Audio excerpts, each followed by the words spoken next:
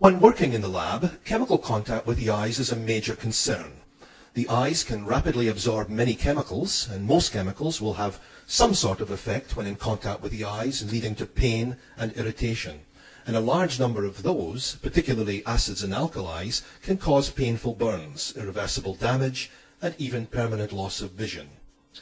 In a lab environment, the parts of the eye most susceptible to injury are the cornea and the sclera. The cornea is the dome-shaped transparent window which covers the front of the eye and gives us a clear window to look through. It's made up of several layers, yet it's only about 0.5 millimeter thick and is extremely sensitive, having the greatest number of nerve endings than anywhere else in the body. The sclera, more commonly known as the white of the eye, is a tough, opaque tissue which serves as the eye's protective outer coat. Both the sclera and the cornea can be irreversibly damaged by physical or chemical means. This picture illustrates a staining procedure used in determining how serious a chemical burn is to the eye. A few drops of fluorescein stain or dye is placed in the injured eye, and after a few minutes the dye is flushed out and the stain will be absorbed wherever there is damaged tissue. The stain colours burned cornea green and burned sclera yellow. You'll notice that the lower third of this eye, from around 3 o'clock to 5 o'clock, has absorbed some of this stain. The deeper the burn, the darker the stain, and a doctor can tell by the intensity of the colour just how deep and how serious the burn is.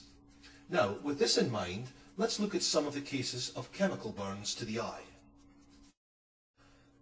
This is a research chemist who received concentrated sodium hydroxide solution in her eye. She was highly experienced, but like many experienced people, she became rather complacent. She had a pair of safety glasses, but unfortunately they were in her pocket. While she was working, some of the sodium hydroxide solution splashed into her eye. She immediately ran to the eye wash fountain and began to wash the eye thoroughly for 30 minutes, and then the eye was stained. Notice that the entire cornea has been coloured by this greenish yellow stain. This signifies a fairly serious caustic burn to the eye. If you look very carefully at the pupil, you'll see that it's not the normal black colour. The transparency of the cornea has changed and has a more cloudy appearance. Following the staining procedure, she was placed on the proper medication for the severe medical burn. This shows the same eye on the following day. A burn to the eye is accompanied by a lot of swelling, pain and discomfort. Persons who experience chemical burns may have a very miserable time for several days. Fortunately, because of this woman's prompt and thorough washing of her eye, no permanent damage occurred. If you forget everything else, you should remember this one thing. The most important part of the treatment of a chemical burn to the eye is what's done in the first few seconds of time. Immediate irrigation of the injured eye is far more important than any subsequent medical treatment. If you allow the chemical to remain in the eye for even a few seconds too long, no matter what the doctor does, in many cases you may end up with permanent damage. The treatment is very simple. Get to the eye wash or any source of water and get the eye thoroughly washed out before the chemical has any more chance to do damage. There are 2 eye wash fountains in this lab, one adjacent to bench number 1, the other adjacent to bench number 18. Your instructor will point out their location to you. Alkaline or basic materials such as sodium hydroxide and ammonia are far more serious in the eye than are strong acid solutions. Acids will precipitate a protein barrier in the tissues and prevent the chemical from soaking in deeply.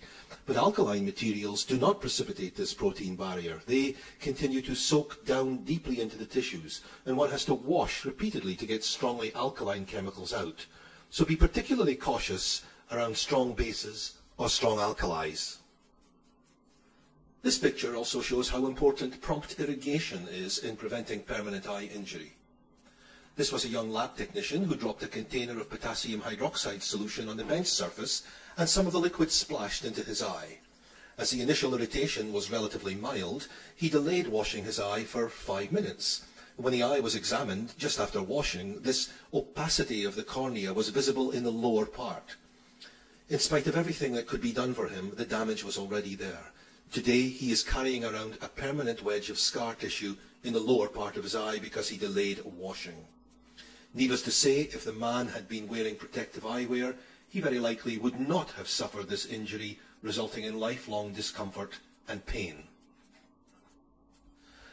Now, if you look closely at this picture, you'll notice a circular contact lens resting on the surface of the cornea.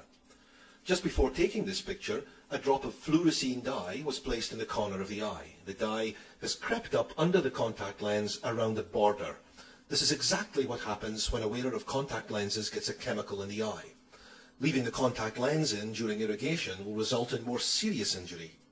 Rather than protecting the eyes, contact lenses actually prevent proper irrigation of the cornea. Some chemical vapors may even cause the contact lens to become fused or stuck to the cornea. Surgical removal of the lens will undoubtedly cause much pain and very likely permanent irreversible damage to the eye. Contact lenses should not be worn in the lab. Instead, suitably modified prescription glasses should be worn, and the choices of adequate eye protection will be discussed later. Here we see a problem relating to scar tissue, which forms after an eye injury. This person splashed some hydrochloric acid in his eye and was treated. You can see that the cornea is perfectly clear. His vision has not been altered. But about 3 weeks after the original injury, a small puckering of scar tissue was noticed in the lower sac of the eye. This shows the same case taken a few months later. The scar tissue has continued to form, and now there is a large adhesion extending from the edge of the lower lid almost up to the iris. Now, every time he rolls his eyeball, it actually tugs on the lower lid, and the lower part of the eye is full of scar tissue and becomes infected very easily. Surgery was done to cut this adhesion and remove it. Several weeks later, it was beginning to reform and grow. So this man will have a lifelong disability as a result of a chemical injury to his eye. Any talk on eye injuries should not be confined to chemical burns, but should also discuss physical injuries. This chemist was washing glassware at the lab sink. He did not consider it necessary at that time to be wearing protective eyewear. A colleague working nearby was conducting an experimental procedure which became unstable and exploded. A fragment of broken glass flew across the bench into the chemist's unprotected eye, penetrating the cornea and the lens. There's some scar tissue in the cornea and a cataract of the lens. This caused a complete loss of vision in this eye, all because of the lapse of safety. This should illustrate the need for wearing eye protection at all times within the laboratory. Even though you may have completed an experiment and are not engaged in any potentially unsafe practice, others around you may still be working with chemicals and apparatus. You could easily be the victim of any accident occurring from their activities. It is the student's responsibility to acquire adequate approved eye protection and bring it to the lab each week. Eye protection for use in the chemistry department's laboratory facilities must be CSA approved and provide adequate frontal and lateral protection to the eyes. The campus bookstore stocks eye protection which is suitable for use in your chemistry labs.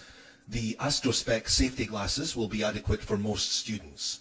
Notice how they curve around the side to offer protection, not only from the front but from the side. If you wear prescription spectacles, you should consider obtaining a pair of AstroSpec OTG, meaning over the glasses safety glasses. Note that they have a wider crown, allowing them to fit more comfortably over the top of prescription glasses and therefore allowing lateral protection. If you wear contact lenses, you're strongly advised to wear instead prescription glasses on the day of your lab with safety glasses or OTG glasses over the top. If you must wear contact lenses in the lab, then you're required to wear safety goggles. In this presentation, we have tried to impress upon you the tremendous importance of prompt irrigation in the treatment of eye injuries. Your part of the treatment involves washing the affected area with running water and nothing else for at least 15 minutes. Of course, this must be followed by good medical treatment. Although we have told you about certain parts of treatments of burns to the eye, you will all agree that the best treatment of all is the prevention of the accident in the first place. And that is something that we all have well within our power to do by wearing adequate eye protection and observing precautions that are explained to us. Doctors see very few chemical burns to the eye in individuals who are wearing their safety glasses.